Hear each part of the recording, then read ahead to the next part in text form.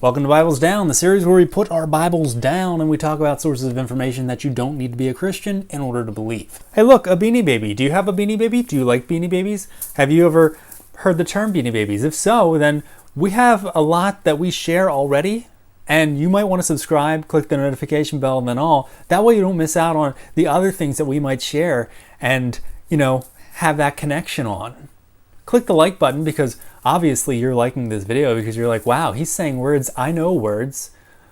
We have a kinship. Share the video too. Let your friends on Facebook know, hey, this person on YouTube has Beanie Babies and I've heard the words Beanie Babies. Okay, we're done with this. The promotion portion is over. To the video. All right, so today we want to teach you a simple lesson. The lesson is this: your assumption is not always equal to their intent.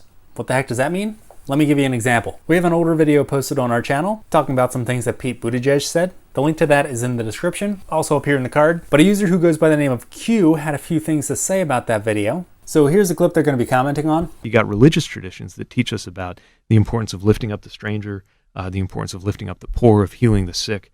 You go through the New Testament for sure, and every other word that comes out of the mouth of Christ is about things like helping those in need. And you got a Republican Party dedicated to its opposite. There will be a reckoning over that. So Mayor Pete says that Jesus taught people to help those in need. That's a pretty well-known Christian belief. But Mayor Pete goes on to say that he thinks that the Republican Party is dedicated to the opposite of that. Now, Mayor Pete didn't supply any factual examples of Republicans who are actually dedicated to the opposite of helping people, but that's only because those examples don't exist. So Q says, you stated that Pete said Republicans don't help, and he gave no examples because you stated there are none. That's not what we said or what Pete said. Pete's claim was that Republicans are dedicated to the opposite of helping those in need, and we said that those people don't exist because there are literally no Republicans that are dedicated to the opposite of helping people. So our comment was about people having a dedication to the opposite of helping people. In other words, people who have a dedication to harming people. But Q is talking about Republicans who don't help people. Not that they're dedicated to it, just that they don't help people. And I'm sure it's very easy to find examples of Republicans, Democrats, or anyone who didn't help people at some point in time.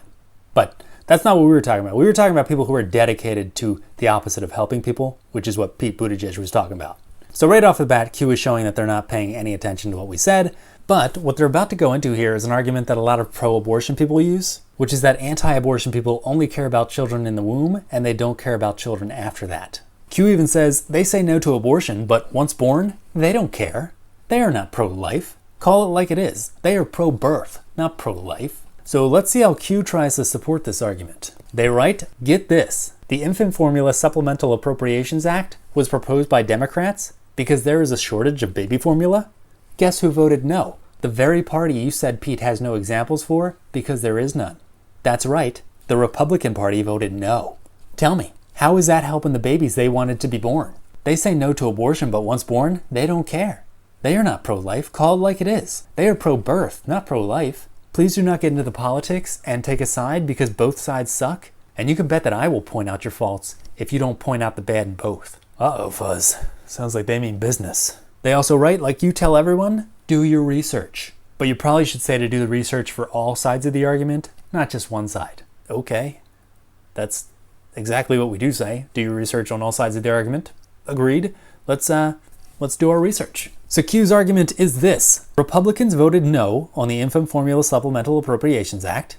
Therefore, Republicans do not care about children after they are born, and Republicans don't want to help people. All right, so in order for that argument to be true, this Infant Formula Supplemental Appropriations Act would have to be written in a way where voting no to it could only mean that the person voting no does not want to help people. Now, at this point in the conversation with Q, we had not read the Infant Formula Supplemental Appropriations Act. Quite frankly, we were still having trouble saying the title of it. That being said, in order for Q to be making such a bold claim, it would make sense that Q read the act. So we asked Q, have you read the Infant Formula Supplemental Appropriations Act? If not, then your comment here would look pretty stupid, so let's assume you did. Please let us know what the act would do and cite actual portions of the act in your response. That seemed like a reasonable request, right? I mean, Q is claiming that a vote of no on this Infant Formula Supplemental Appropriations Act would prove that the person voting no does not care about the children after they are born and don't want to help people. So Q should be able to explain exactly what it is about that act that would make a vote for no say all of this. But here's how Q responded. Why do I have to do the research for you? I made the claim. Now you give me the numbers of Republicans that voted no compared to the number of Democrats who voted yes. It will look pretty silly on your part if you don't know this, and I have to give you those numbers. All right, well, first of all, Q, you can go ahead and give us those numbers. We're going to run the risk of you making us look silly by supplying us with information that is completely irrelevant to the conversation. In all seriousness, though, we don't care how many people voted no to the act. We trust Q when he says that Republicans voted no. That's not the issue we're talking about here. What we're questioning Q on is how he's taking this information and saying that this means that Republicans don't care about children after they're born and Republicans don't want to help people. And I like how Q says, I made the claim. We know you made the claim. That's why we're asking you, why are you making this claim? Like, we want you to go to this act and explain to us what it is in this act that would make a vote for no mean that the voter didn't care about children after they were born and didn't want to help people. We're asking Q to support his claim. We know he made it. He knows he made it. Now we just want him to support it because we think his claim's ridiculous and unsupportable. So we replied and said, I see you avoided answering a very simple question. Have you read the Infant Formula Supplemental Appropriations Act? That's a yes or no question. If I were to bet, I would say that if you had read the act, then you would have easily answered yes in your last comment. So, have you read the Infant Formula Supplemental Appropriations Act? And then a little smirky face there, because no one here believes that Q actually read the act at this point. Had there actually been something in this Infant Formula Supplemental Appropriations Act that proved that a vote of no meant that the voter did not care about children, and had Q actually read that in the act, then Q could have easily supplied that information and proved his point in his first comment, or his second comment. But Q's not doing that, because Q literally cannot do that. It's impossible. So Q resorts to responses like this. He says, yes, I did read it. I honestly don't care about answering that question, though. No, Sherlock. Fuzz. Language. I mean, he's right. Of course Q doesn't want to answer the question, because the question proves that Q has no factual support for their claim. Q says, I honestly don't care about answering that question, though. It's just the debate tactic to keep you from having to address the main issue I made. This is Q's main issue. We are addressing exactly what Q's claiming. He's saying that Republicans voting no on the Infant Formula Supplemental Appropriations Act can only mean that they do not care about children after birth and they don't want to help people. We're asking Q to prove that claim, and the reason we're asking him that is because we know he can't. It's not something you can actually prove because it's not true. Q says, answer simply yes or no if I read it? Come on, man. That's not an issue here and you know it. That's a huge part of the issue. If Q never read this act, then Q has no business claiming that a vote of no on this act equals not caring about children. Q says, please just be honest. Let's stick to the issue that you said there are no examples of the Republican Party not helping the people, and my clear example that you said was not there. So this is what Q is calling a clear example. He's telling us that Republicans voted no on this act, and according to Q, voting no proves that they don't care about children after they're born, and they don't want to help people. It's not a clear example. There's got to be something in between there that explains how to go from this to this. So that's why we're asking Q, what is in that act that voting no to it would mean that they don't want to help children? Q continues, it's not about me reading it. Yeah, it is, Q. If you don't know what the act says, then how can you claim that a vote of no on that act automatically equals not caring for people? Q says you have to acknowledge the fact that all the no's were Republican first. And I think by first there, they just mean first you have to acknowledge the fact that all the no's were Republican. To which I would say, I don't know if that's true or not, but let's pretend it is. I'll acknowledge that. But that still doesn't prove that they don't care about children or that they don't want to help people. It just means that they voted no on the act. No one has any questions about whether or not they voted no. I'm willing to believe that all the no's came from Republicans. Now what? Q says, and that means Republicans did not want to help with the shortage of baby formula to those babies that they wanted to live. No, that's not what that means. Q still needs to prove that there is something written in this act that you could not vote no to unless you didn't care about children after birth. But Q can't do that because that's impossible. The fact is, there's nothing in this act that would prevent a person who cared about children from voting no on it. And actually, we did a little bit of that research that Q was talking about, and we found this guy, Tom Cole. And he talked about why he was actually encouraging people to vote no on the act. H.R. 7790, the Infant Formula Supplemental Appropriations Act. This bill is yet another case of creating the appearance of responding without actually doing anything. At present, reports indicate that more than 40% of the formula is out of stock across the country.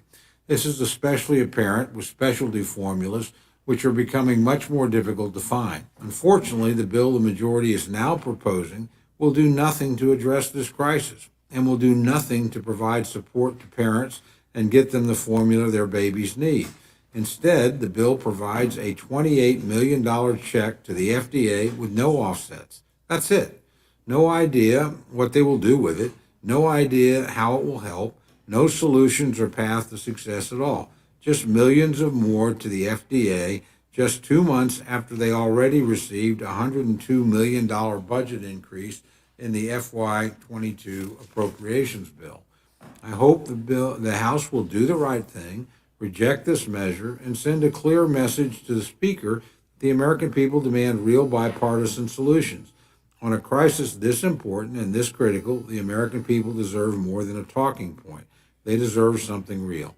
I yield back. So this Tom Cole guy, don't know exactly who he is, but he's explaining why he thinks people should vote no on the Infant Formula Supplemental Appropriations Act. And his reason is because he doesn't think the bill is the best way to help the children. In the video, he even lists other ways that he thinks would be better to help out those children. There are many things that could be done that this bill does not do.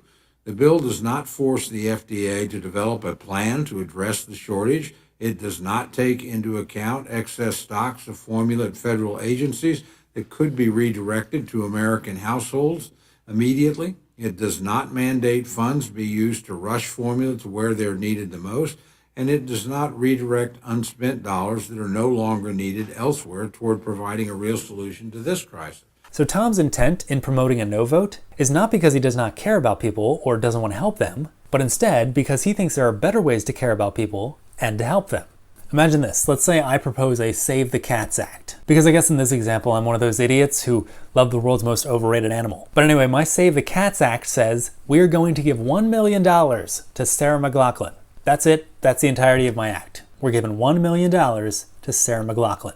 That is the Save the Cats Act. Now let me ask you a question. If you voted no to the Save the Cats Act, does that mean that you hate cats? I mean, you can still hate cats, that makes sense. But I'm saying if you voted no on my Save the Cats Act, does that automatically mean that you hate cats? No. A vote for no could just mean that you think my bill is stupid and it needs improvement. Now my thought process when I wrote the bill might have been, hey, I'm going to give Sarah McLachlan the $1 million, and then she's going to star in a commercial where she's promoting saving the cats. But since I didn't spell that out in the bill, that might not happen. Even if you vote yes to this thing, Sarah McLachlan might just walk away with $1 million and never record a commercial. That being said, even if the Save the Cats Act was super detailed and said everything I'm going to do with that $1 million, people can vote no for that and still like cats. They might vote no because they think they have a better plan. That's fine. It doesn't mean they hate cats, it just means they want to do something different. So Tom here wanted people to vote no. That doesn't mean he doesn't want to help the children. Tom just thinks there's a more effective way to do that.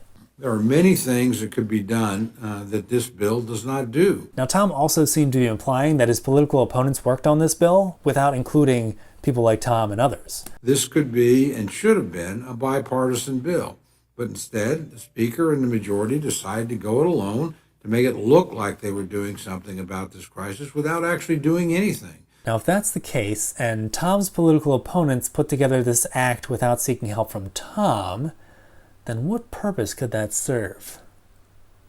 I have an idea. You know those political ads where like it's all black and white, slowed down a bit, maybe given a stylized effect or something like that? Ew, it's on me. Editor, the effect is on me. Turn it off, turn it off. No, don't slow it down.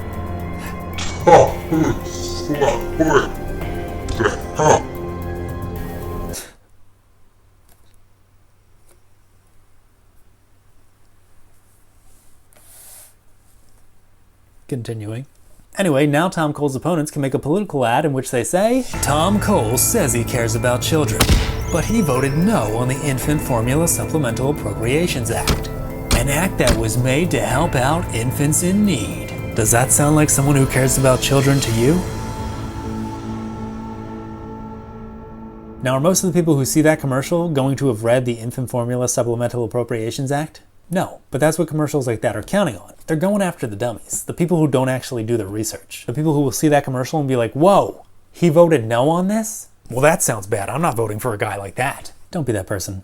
Take the time to read the actual act. Listen to what Tom Cole said. Find out why he was encouraging people to vote no. When you actually do the research, you can be an informed voter and stop being a pawn to these type of attack ads. They are so stupid and they rely on gullible people to get votes. So back to the main point, Tom was talking about his political opponents putting this bill together without getting help from him. This could be and should have been a bipartisan bill, but instead the Speaker and the majority decided to go it alone to make it look like they were doing something about this crisis without actually doing anything. The reason for that could have been that they knew they were drafting up this very vague bill. that Republicans would vote no on because they knew how this would sound in a commercial. If you love your infant children, then you won't vote for Tom Cole. Tom Cole. Hashtag infant hater. Cole's no good in your stocking or the ballot box. Tom Cole's a butt. This Tuesday, vote based on what you heard in this very vague commercial and don't do any more research. Politicians get a shady reputation because politicians do shady things. So again, this is just a guess, but I would not be surprised if they named this bill the Infant Formula Supplemental Appropriations Act and they made it super vague because they wanted their political opponents to vote no on it so that they could throw it into an attack ad. A vote for Tom Cole is a vote for a starving baby. Anyway, the next time you see an attack ad like that, I don't care who's doing it, Republican, Democrat, whatever the other ones are, do your research. If they're talking about a bill, look up the bill. If they're saying, our opponent said this, and then they have a quote there, look up the full quote, see what the whole conversation was about. If they play a soundbite, go look for the full recording. Because it's not uncommon for the people who are running the attack ads to be relying on you to be gullible in order to believe them.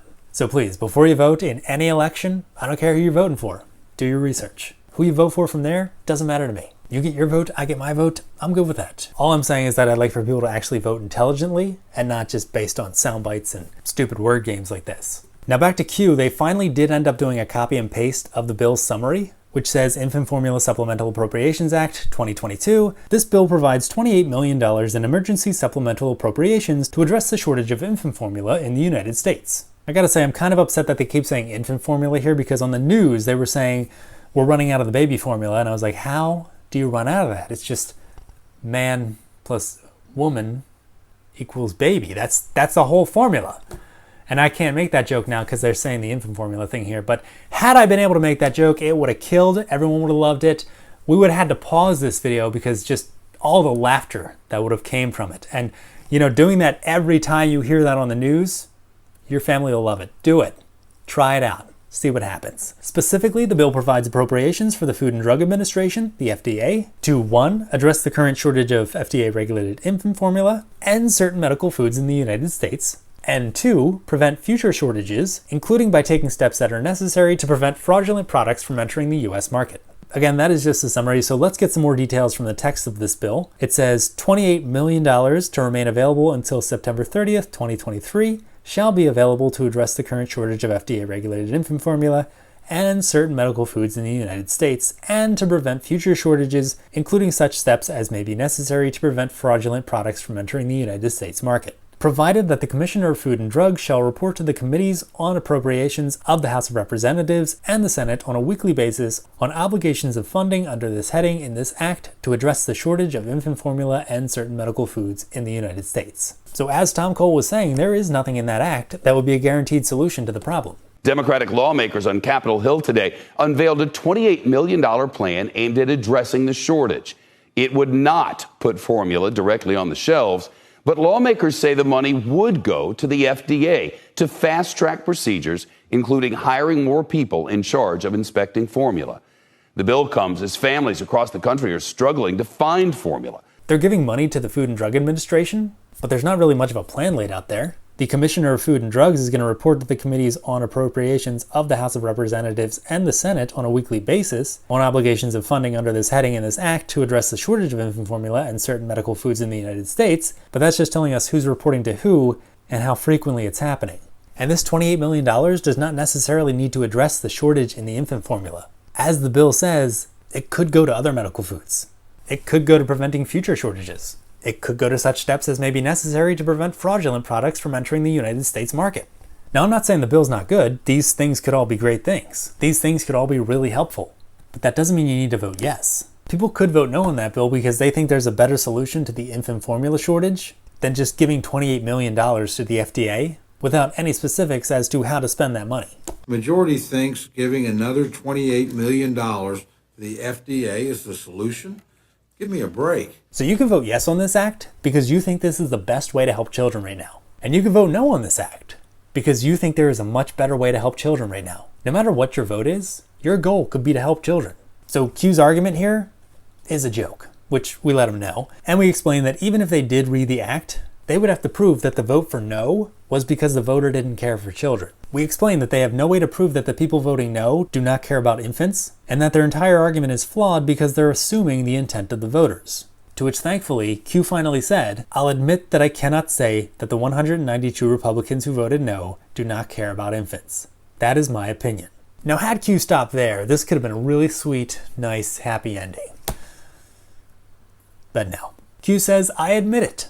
Yet it does not dismiss my claim that you said that Pete gave no examples of Republicans that do not help the people because there aren't any." Alright, so that's correct. Q's admission does not dismiss Q's claim that we said Pete gave no examples of Republicans that do not help the people because there aren't any. What does dismiss that claim, though, is the fact that we never made that claim. As we pointed out in the beginning of this video, we were discussing Republicans who were dedicated to the opposite of helping people. That's what Pete said. That's what we were addressing. Q introduced this claim all by himself. We don't care about what Q claims we said, we just care about what we actually said. Q goes on to say, why can't you admit that those 192 Republicans did not help the people? The answer to that is simple, because we have no proof that they didn't help people. They voted no on a bill that may or may not help people, and we know that one reason why people may have voted no is because they believe that there is a better way to help people. So yeah, that's why we're not making this incredibly illogical leap to say that a vote of no equals not helping people. And that's why we're not going to admit that those 192 Republicans did not help people. Or the short answer to that, because we've done our research. Q continues, "I wrote the summary of the bill. Why don't you read it?" We did. I gave you the summary of what it is, and I did read all three. You're obviously on the internet. Just type Infant Formula Supplemental Appropriations Act and click the congress.gov link. It takes but a few minutes to read all three. They go on to write, "Anyway, just be a Christian and admit that the 192 Republicans did not help the people by voting no for infant formula when the United States is in a shortage of infant formula." Even now, after they posted the summary, I'm not sure that they actually read the bill. No one voted no for infant formula. They voted no for giving $28 million to the FDA that could be used to help with the infant formula shortage. They didn't vote no on infant formula. I mean, seriously, does Q think that someone was like, hey, there's an infant formula shortage. I have a bill here with the solution, and the solution to the shortage of infant formula I figured out was infant formula. Who says yes, who says no? So yeah, this doesn't make any sense. Neither does this just be a Christian part. Q, if you're watching, making outrageous claims and not providing any factual support for them, that's not how to be Christian. So we're not going to admit this because that's not just being a Christian. What we will admit is that a vote of yes could be fine. A vote of no could be fine. Because we don't know the intent of every voter. A person voting yes could have voted with the intent to have those funds moved to the FDA in order to use them on other things that were not the infant formula problem. A person voting yes might not have any intent to use that money to help with the infant formula problem. A person voting yes might not care about children. Now, I don't think that anyone voting yes doesn't care about children. I'm just saying that's a possibility. Q is assuming that everyone who voted no had bad intentions and didn't want to help children, but there is no proof of that. I will fight for these resilient mothers and fathers. I'm a mom of 3 kids.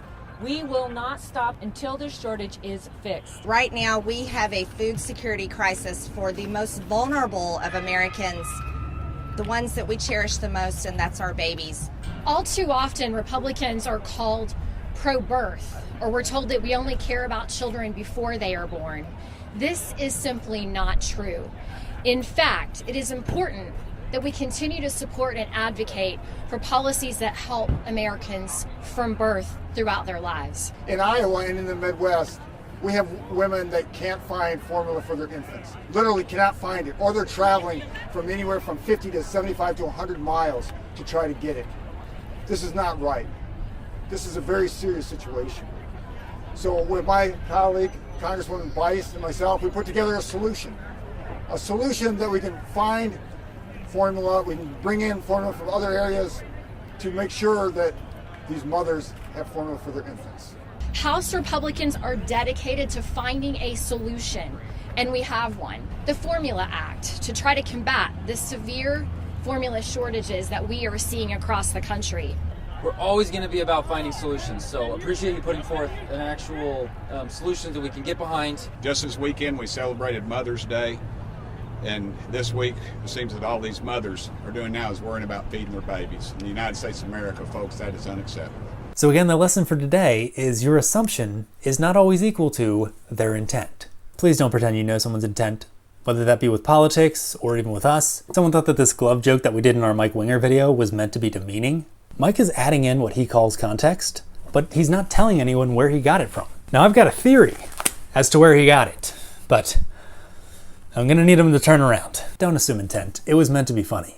And I don't know how it would be demeaning to Mike. I mean, I'm the one who'd be sticking my hand somewhere. I feel like the person being demeaned more in that situation was me. I said demeaned more, not demean more. I'm not being demeaned more in that situation. I'm being demeaned more in that situation. But yeah, your assumption is not always equal to their intent. Now I'm gonna let Q have the final words on this issue because this is just so beautifully put. It's poetic, really. They write, "It really doesn't matter what you say because the facts are the facts. Whether you believe them or not, it's still true. Or be the child and pretend you're right. Wait, child? Shortage of infant formula? Do you need your baby formula? Is that why you're throwing a tantrum? It's all making sense now. Good thing those Democrats voted yes. You'll get your formula soon. Poor baby." Poor baby? Would a baby play with toys? Anyway, thank you all for watching. Please subscribe to this channel, click that notification bell, then all like the videos, share with friends, check out our website. And we know people are praying for this channel. We thank you for that. We encourage that. This has been Bibles Down on How to Be Christian. You all have a great day. I like to shake the beans out of his legs and then just do that. I don't know why, I think that's very funny looking. What do you think, Tim McVicker? Is this demeaning or is this comedy? Let us know. Oh, it's just dumb, that's what it is. Gotta go.